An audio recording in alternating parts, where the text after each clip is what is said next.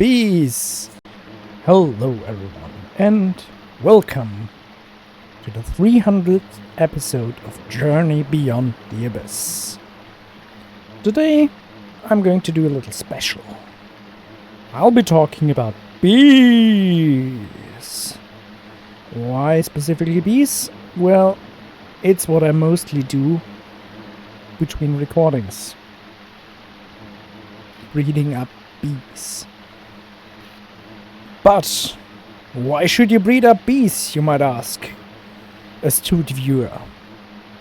Well, bees are very, very useful in this mod pack. You see, to make draws, you need icy spikes.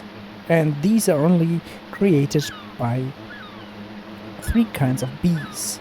Glacial bees, icy bees, and merry bees. And so if you want to have a very efficient storage system, you'll need thousands of ice spikes, and so you need good bees. Also, breeding bees is just fun in itself, I think. And there are bees for other resources which are quite useful, like sandy bees, clay bees, dirty bees, metal bees. So I think it's worth it. Now, when can you start dealing with bees? You can start in this mod pack as soon as you get the Farmer's Workshop. Because in the Farmer's Workshop you can build a scoop, which is just wool and a few sticks, and a bee smoker, which is tin, flint and steel, stick, and a bit of leather. And when you crafted those things up, you're set to go. Go around all over the world, keep your eyes open, and you might just find this. That's a hive, especially a forest hive. And on the island there are quite a few different hives, more or less hidden.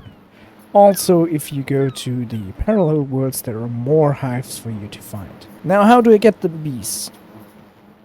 You could just use the scoop and bash the hive in, but you shouldn't do that, because then the bees come out, they don't like it, and they don't like you, and then they attack you. So, take the bee smoker, right-click the beehive until the animation is over, and then the bees are pacified and you can just break them. For comedic effect, do it twice. So, and there we see the hive is broken and it gives us different things. What did it give us? A princess, a drone, and a honeycomb. Different kind of hives give different kind of bees, of course. I'm not going to spoil which hives give which bees, but you'll get these. Let's just break the second one as well, just so we can see. What kind of loot you get is randomized, and we have been very, very lucky. Now we got our first 3 bees. What's next? Well, somewhere the bees can live in. There's the most simple form is the bee house, which just takes a comb and a few boards. Then there's the apiary, which takes impregnated casing, and then there's the alveary, which I'll get to later. You can now got your bees, you got your honeycombs. If you mouse over them, you see they're unknown. And also there's this pristine thingy. To analyze the bees, you should also craft a portable bee analyzer, which is made in a carpenter. Also, you will need a centrifuge.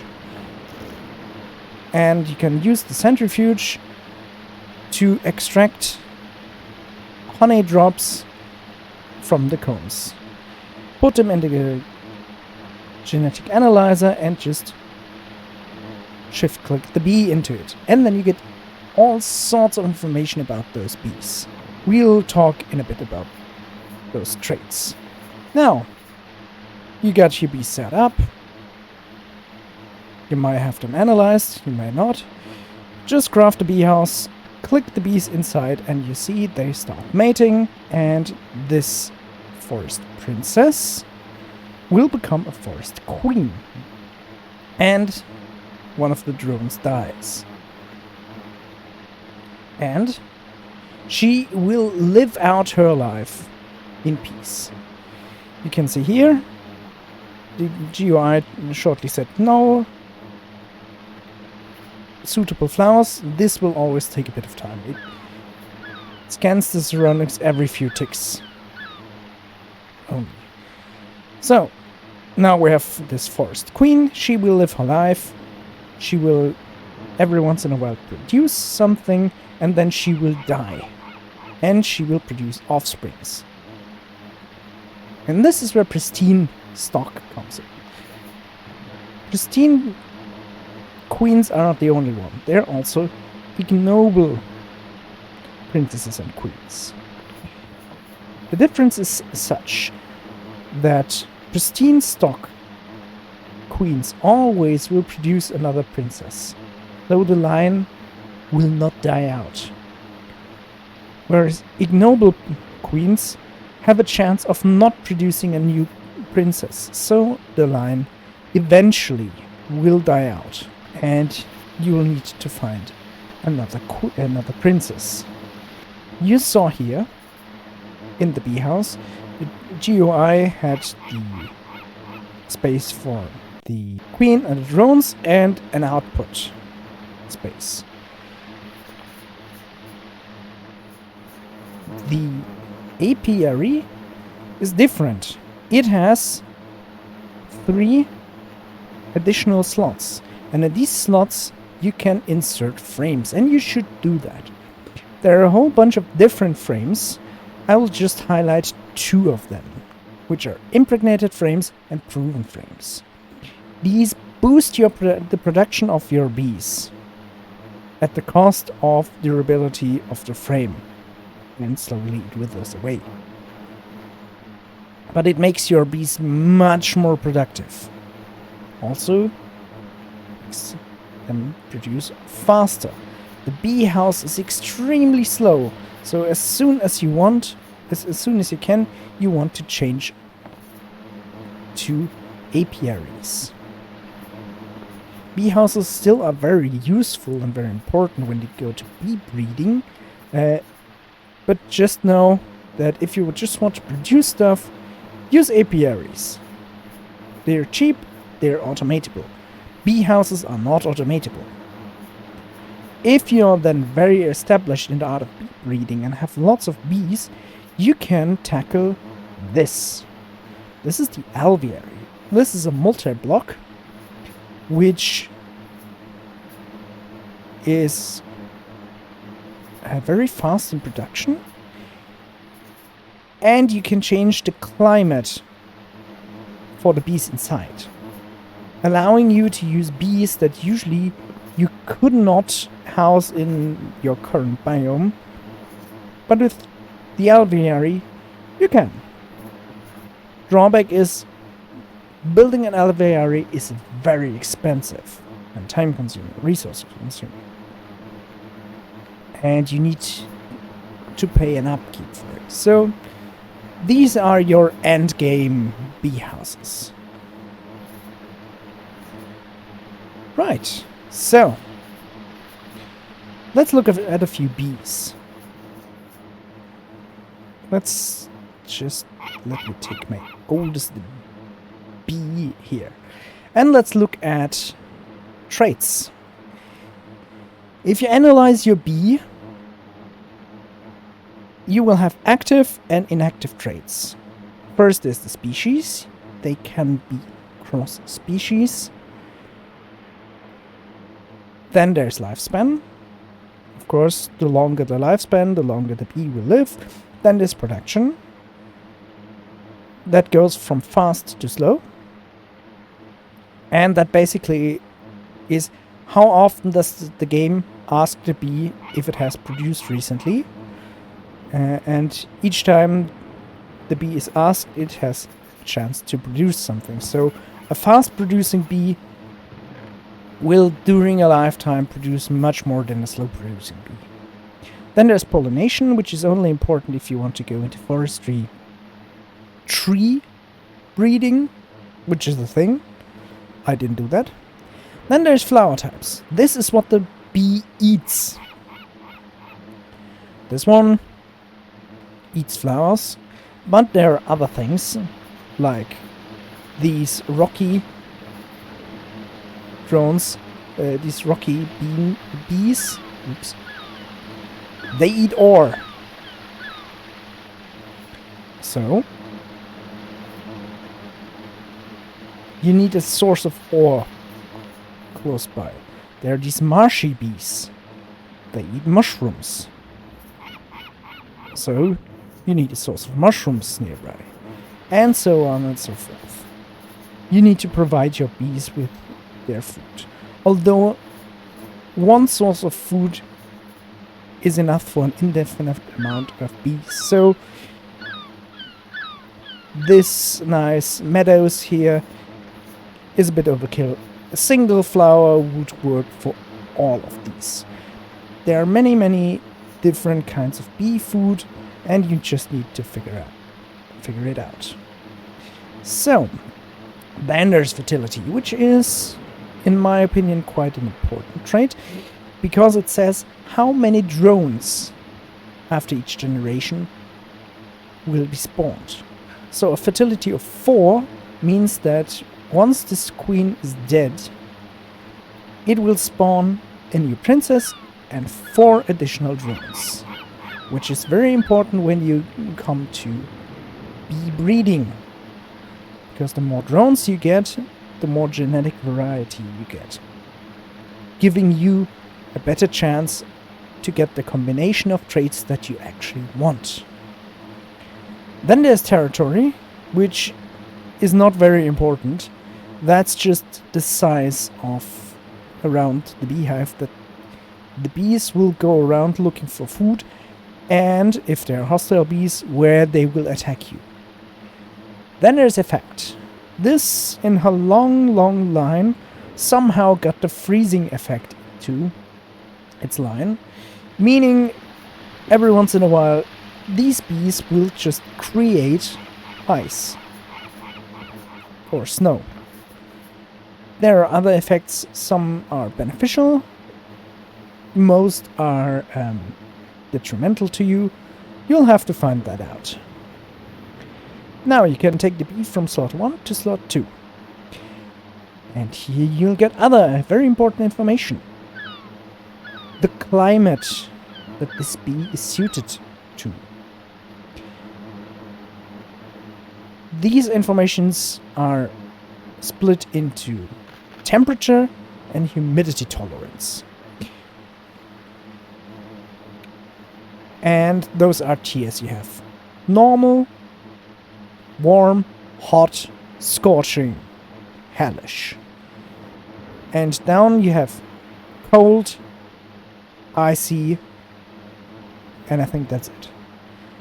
So this bee has a normal climate, but can tolerate one step warmer, so it can tolerate a warm climate. The same goes for humidity. Normal is the middle, then there's damp, arid, there's damp towards the more wetter, and then there is arid towards less humid climate. So you need to look out if you can actually use the bees you just bred, which is very important for later bees. Usually the more specialized the bee is, the more awkward its biome is, or its climate needs are. Then there's the behavioral information. When does this bee fly?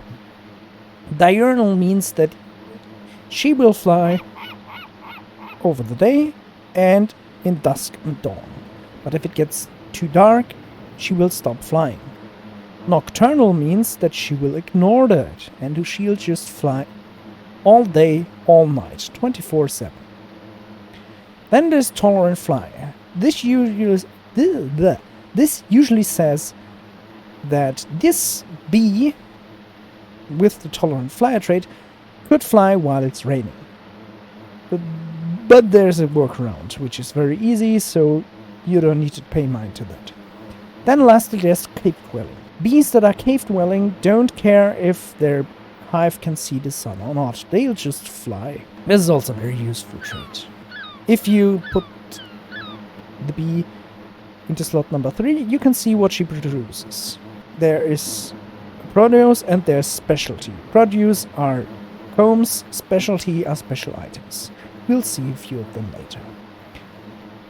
Then the 4th tab shows you possible mutations. I have found all possible meadow bee mutations. And if you hover over them, they'll give you information about those mutations. And lastly, there is a bit of lore. You can see if you breed bees long enough, it will take count. This is my oldest bee. She has been working on and off for me for 730 generations. And she has very good traits. She's a fast worker. She could have a longer life, which would be nice, and she could be nocturnal, which also would be very useful. But other than that, this is a very, very good bee. And I used her line to breed most of these bees. Right, so bee breeding. How does this work?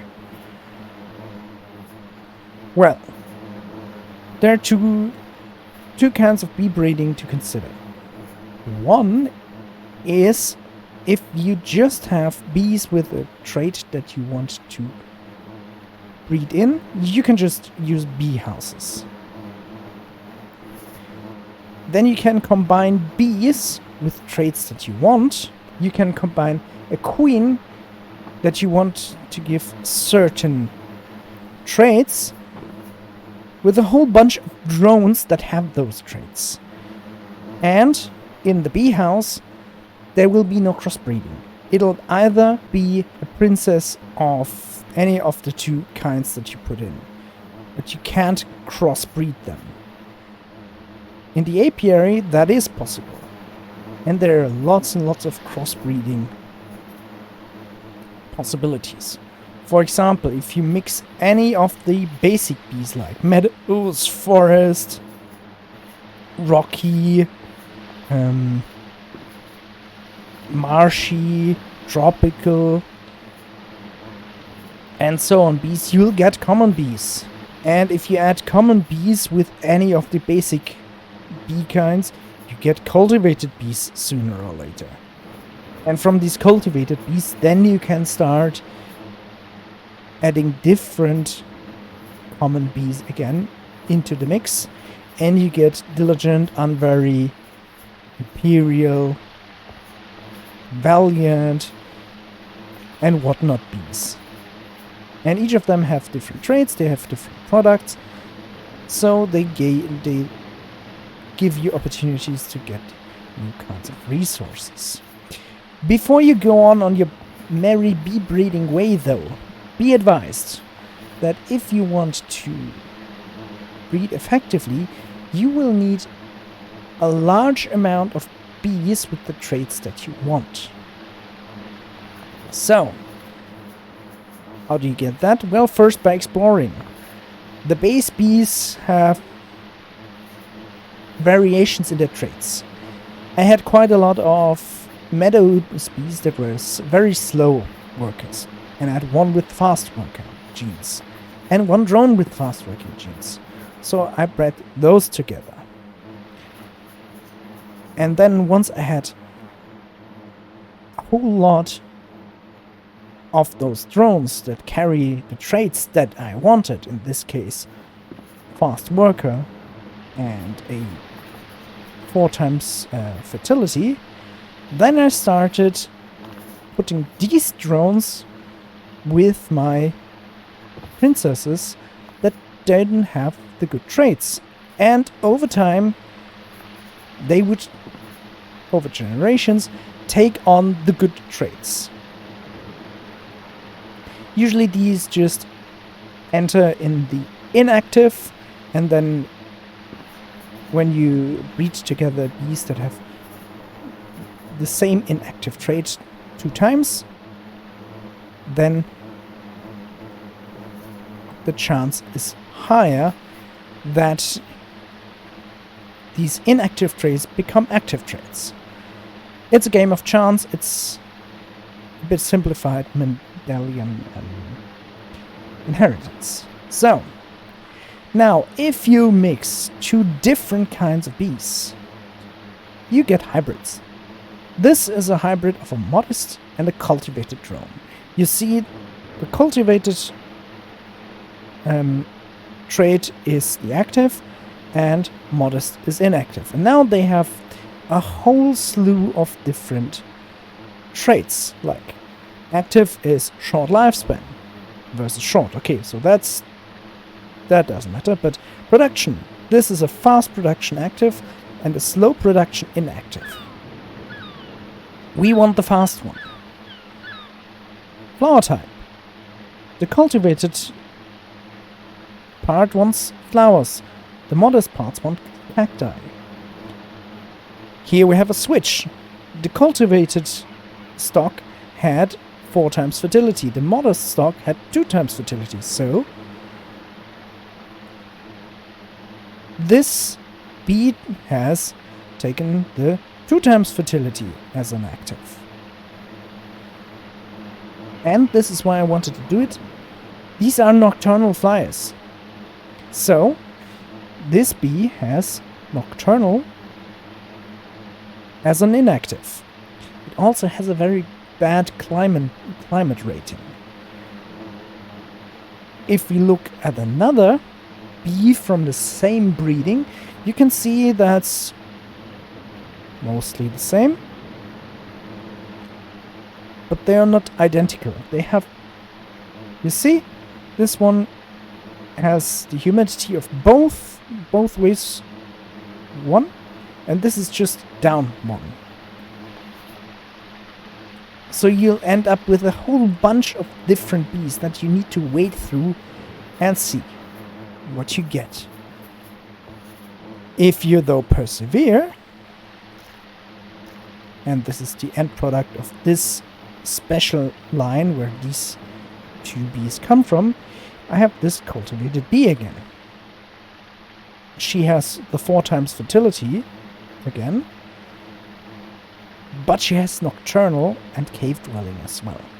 So she's a fast worker, though she only has short life, but that doesn't matter because she's working 24 hours, 7 days a week, which doubles their item output. And going forward, I will use those new cultivated bees to breed nocturnal flying into several other strands that are very important to me. So go on and experiment.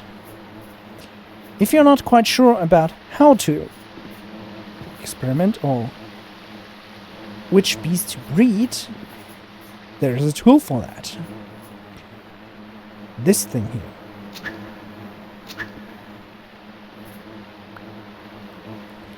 The escritoire. If you place it down, you are greeted with this GUI. You can put any bee inside there. If you do that, on the left side, 2 GUI slots open. Here you can put bees, put in drones, mass-produced drones. Also you have these books. For more complicated bees, there are more books. If you click on a book, you get a bee, and now you play memory. You could now try your luck and see if you get the 1 in 7 chance to find a red bee, but you can also click this. And this will reveal 2 other specimens. Great. Now you play this again. And there we go. Finishing this minigame gives you a note about the bee that you looked at, which says here, this is a noble bee. And I've discovered a mutation. If I add marshy and noble bees, I will get merry bees. And it says also that this has special needs to occur. This mutation only will occur when the temperature is warm and the humidity is damp. Try as you might, if you do not provide your bees with this environment, you will never get a merry bee out of this. That's very important, because there are lots and lots of special bees. There are bees that take special biomes, like these rural bees that I tried to breed. They need plains. There are bees that only are possible to obtain over certain dates, like Halloween, Christmas, Easter, whatever. You'll need to look at that. How do you find that? With an AI. If you look at what a bee can do, you have the production of the bee and you have the possible breeding results. And it'll give you a percentage. And sometimes these percentages are in brackets, and then you can mouse over them and it tells you what the conditions are. Like this takes the plains. This only works over the new year. This only works at Easter. There are very many things you need to take care about. And I wish I knew this sooner. Great, now you say. I do no bee breeding, but I don't want to go out and hunt all the bees. Well, you're in luck. You can craft hives. The basic one is the forest hive, which takes combs and any kind of tree seed, and then from those you can make all kinds of other bees. Hives. Also, you can make steadfast bees as soon as you have matrix ingots, so you can have an unlimited supply of new hives and new bees. You just need the thing. And they work exactly like the beehives you find out in the open. You can place them,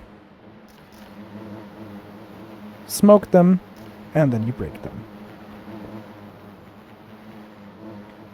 Maybe. If the game lets you. So, this is a new bee for me. These are tropical bees. Sadly, luck has run out. They're ignoble. And you can see they are slow production, and they have the poison effect, which is why I don't want to breed them. Also, they need warm and damp environment, which... Let's go to the environment. If you place a bee house of any kind, it'll tell you the climate information that's just surrounding this beehive. I'm here in an ocean biome and temperature is normal and humidity is normal. Which is good for all of these bees, but bad for some specialized bees. Let's look at this marshy bee in this alveary. It needs damp humidity. And for that, you'll need the alveary, because the alveary has special blocks. These are hydro-regulators that I'm piping water in, and that gives me plus 30% dampness. Putting water in also, though, lowers the temperature. So this is cold. Thankfully, my marshy bees are tolerant -1 in the temperature thing. Let's have a look. You see, climate, normal, plus minus 1. So, being cold does not bother this bee. And she will produce. I could use the same trick to raise these glacial bees. They want an icy biome, but they do tolerate cold biomes. They cannot tolerate normal. So, what I built in here is an alveoli fan, which cools the whole thing down if you put in energy. And you need to use the Buildcraft energy pipes. The other ones are not compatible with it. It cools the whole thing down, and my glacial bees are happy and giving me ice shards to make my storage. Then we have the sandy bees. So far, my most demanding bees. If I go tropical, that will change. Because these gals, they want a hot climate and an arid climate. They have some leeway, but hot is +2 and arid is also +2. So I need 2 alveoli heaters and 2 hydroregulators. If I put lava in a hydroregulator, it turns the whole thing much drier. And so I can have my sandy bees, which output lovely sand and dirty combs. Beautiful. The thing about the alveoli is they're really expensive. You can't start with them. You can, however, look around the world if you find those biomes. I have set up shop in a snow biome, which I'm not going to show, for the purpose of breeding these glacial bees and the icy bees before. And in the snow biome, they will just happily sit there and produce and eat snow. They just will not be sitting here. Right. Then, automation. As you can see here, all my apiaries are connected to a chest or a crate with this contraption. Let me shortly explain. An apiary has the ability to be automated. You can extract items with pipes, and you should extract from the top, because pipes are not whole blocks. They don't block sunlight, so they don't count as putting the apiary indoor. You could also place glass over it. That's important because it also blocks rain, and that makes the tolerant flyer totally useless. Because as soon as the top of the apiary or the bee house cannot sense any rain, your bees will always fly. So next thing is some kind of pipe. Doesn't matter. The important bit is that you block it from its neighboring pipes. Never ever mix those. The third part is a clay pipe, which will reinsert any, or try and insert any item that's passing through in the adjacent inventory. So, if the queen dies, she'll make a princess and some drones. They get extracted, and this pipe will try and insert the princess and the drones inside here. It'll have an empty spot because the queen is dead, and so it just runs in a loop. Anything it can't insert will travel on and go into this inventory.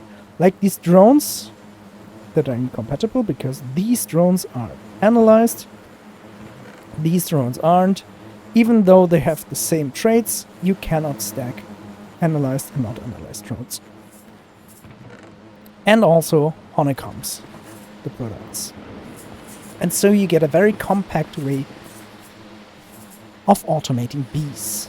And at the same time, you switch off any amount of influence the rain has. The only thing is you cannot automatically insert frames. So every once in a while you need to look over your bees, see if they need some frame replacements, and then replace the frames. Also, I would say that you should immediately go to proven frames. The impregnated frames are fine, they're very cheap, but proven frames are much better. And they last 3 times longer. So you should invest in proven frames, or else you will be constantly switching out frames. Alvearies don't need frames, they have the frame boosts already in there. Sadly though, you can't put in specialty frames. There is usually an alveary block that allows you to insert frames, but this is switched off in the smart block. Then you might wonder, why is there a single pipe in the center of this alveary? Well, it's to shield the alveary from rain. It's slightly exploitative, but as soon as the center block of the alveary cannot be hit by rain, the whole thing says, oh, rain doesn't exist. So that's enough. Right. And that's all I remember about bees that I wanted to say. Go out, make yourself some scoops. Make yourself, that's also quite important, an apiarist backpack, because it has lots and lots of slots. Go out there, find bees, bring them into the fold, and have a good time breeding the ultimate bees. Our little friends and helpers. Alright everyone. Thank you for watching 300 episodes of this stupidity. Thanks everyone who comments, everyone who leaves a like. If you are a watcher, leave a comment. Tell me which episode you started out with. Leave a comment what I could do better. Do you like the unedited stuff, or do you like the edited videos? Do you like the time lapses? Do you wish I would just shut up and have gameplay running without commentary? Leave your thoughts down below. And towards the next 300 episodes, Excelsior!